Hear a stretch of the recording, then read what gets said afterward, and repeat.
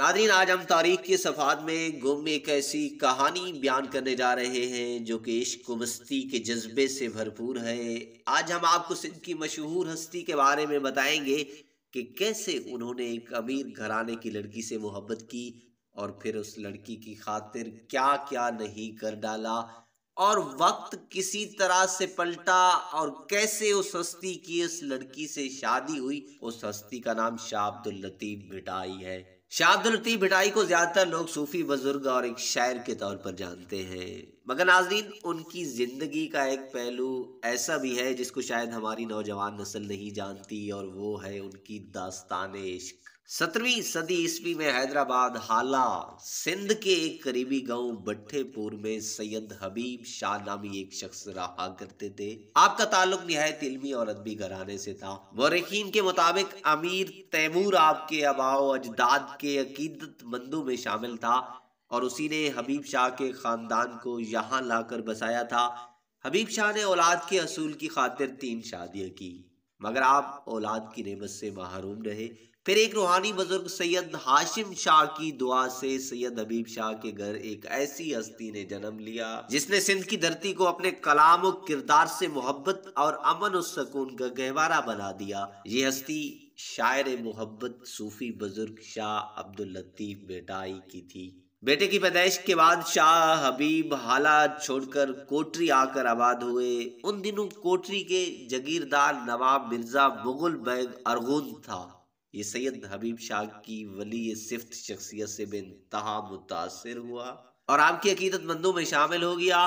Mughal bag کی حویلی میں جب کوئی بیمار ہوتا تو وہ سید حبیب شاہ کو دم اور دعا کروانے کے لیے لے جاتا۔ ایک مرتبہ اس کی نوجوان بیٹی سیدہ بیمار پڑی تو اس نے سید حبیب شاہ سے حویلی چلنے کی درخواست کی۔ اس روز حبیب شاہ خود سخت بیمار تھے، اس لیے انہوں نے اپنے بیٹے شاہ لطیف سے کہا کہ تم جا کر مغل بیگ کی بیٹی کو دم کراؤ، اور پھر وہ واقعہ رونما ہوا جس نے شاہ لطیف کی دنیا بدل کر رکھ دی۔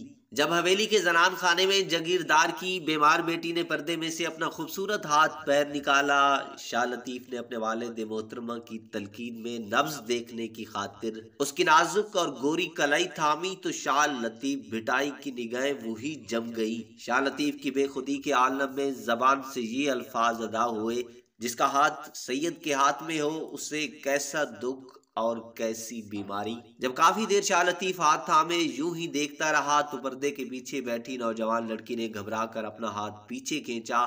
اس وجہ سے پردہ اپنی جگہ سے ہٹ گیا اور دونوں کی آنکھیں چار ہوئیں۔ کنیزوں نے جلتی سے جگیردار کی بیٹی کو اٹھایا اور اسے اندر لے گئی، لیکن شاہ لطیف ارد گرد سے بالکل بے خبر ایسے ہی بیٹھا رہا۔ جگیردار سیدوں کے اس خاندان سے بہت عقیدت رکھتا تھا، لیکن اسے سید زادے کی یہ حرکت بالکل بھی پسند نہ آئی۔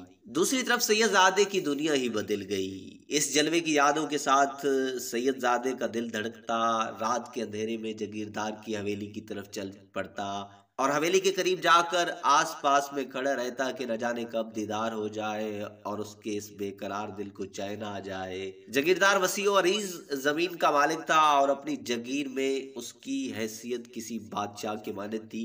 وہ کیسے یہ برداشت کرتا کہ بے مال و متاع فقیر کا لڑکا اس کا داماد بنے؟ چنانچہ اس نے اس قسم کے حالات پیدا کر دیے کہ شاہ حبیب کو کوٹری سے رخصت ہونا پڑا، لیکن ان کے لڑکے شاہ لطیف کی نگاہیں اب اسی جلوے کی متلاشی تھیں جو سیدہ کے نازک ہاتھوں میں اس کو نظر آیا۔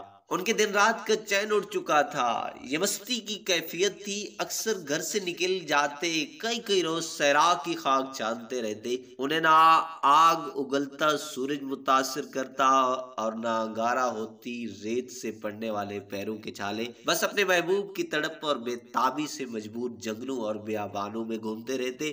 ان کے والد شاہ لطیف کو انہی بزرگ ہاشم شاہ کے پاس لے گئے جنہوں نے اس کی پیدائش کی دعا کی تھی۔ ہاشم شاہ نے فرمایا کہ آپ کا بیٹا ابھی عشق کی ابتدائی منازل میں ہے۔ پھر ایک دن شاہ لطیف اپنے گھر سے ایسے نکلے کہ 3 سال تک مختلف ریگستانوں اور جنگلوں میں بھٹکتے بھٹکتے بلوچستان تک جا پہنچے۔ حٹا کے مقام پر بلند پایا صوفی بزرگ مخدوم محمد معین نے جب ان کی اس کیفیت کو دیکھا تو شاہ لطیف کو اپنے پاس روک لیا اور اس پروان چڑھتے عشق مجازی کو عشق حقیقی میں تبدیل کر دیا۔ محمد معین نے آپ کو سمجھایا کہ تم جس چیز کو جنگلوں اور ریگستانوں میں تلاش کر رہے ہو وہ تو دراصل تمہارے اندر ہی موجود ہے، اور شاہ لطیف کو رفانیت کے ایسے راست پر گمزن کیا جہاں سکون ہی سکون تھا۔ اپنے مرشد کی ہدایت پر شاہ لطیف 1713 میں اپنے والدین کے پاس پہنچے۔ وہاں کی تو دنیا ہی بدل چکی تھی۔ چند افراد نے ذاتی دشمنی کی بنا پر مرزا مغل بیگ الغون کی حویلی پر حملہ کر دیا اور اس گھرانے کے تمام مردوں کو قتل کر کے تمام مال و دولت لوٹ کر لے گئے تھے۔ مرزا خاندان میں صرف چند خواتینیں اور ایک نوعمر لڑکا باقی پیچھے رہ گئے تھے۔ ان خواتین نے اپنے اس عذاب کا سبب سید زادے کی ناراضگی کو ٹھہرایا۔ جب انہیں اطلاع ملی کہ شاہ لطیف واپس لوٹ آئے ہیں تو یہ دوڑے دوڑے شاہ لطیف کے پاس معافی مانگنے کی غرض سے حاضر ہوئے اور اپنی خوبصورت بیٹی سیدہ کی شادی شاہ لطیف سے کرنے کی گزارش کی، جن کی خاطر شاہ لطیف نے در در کی ٹھوکریں کھائی تھیں۔ آج قدرت نے انہیں ان کی جھولی میں ڈال دیا، لیکن شاہ لطیف اپنی محبت کو حاصل کر لینے کے بعد یاد الہی سے غافل نہیں ہوئے۔ عشق حقیقی کی شمع جو آپ کے دل میں روشن ہوئی تھی اس میں مزید آپ نے اضافہ کیا اور روحانیت کے اعلیٰ مقام پر فیض ہوئے۔ آپ عوام میں اپنی شاعری کے حوالے سے بہت زیادہ مقبول ہیں۔ آپ کی شاعری محبت، امن و سکون اور پاکیزگی کا درس دیتی ہے۔ ناظرین، اگر یہ تاریخی کہانی اچھی لگے تو چینل کو سبسکرائب کیجیے گا۔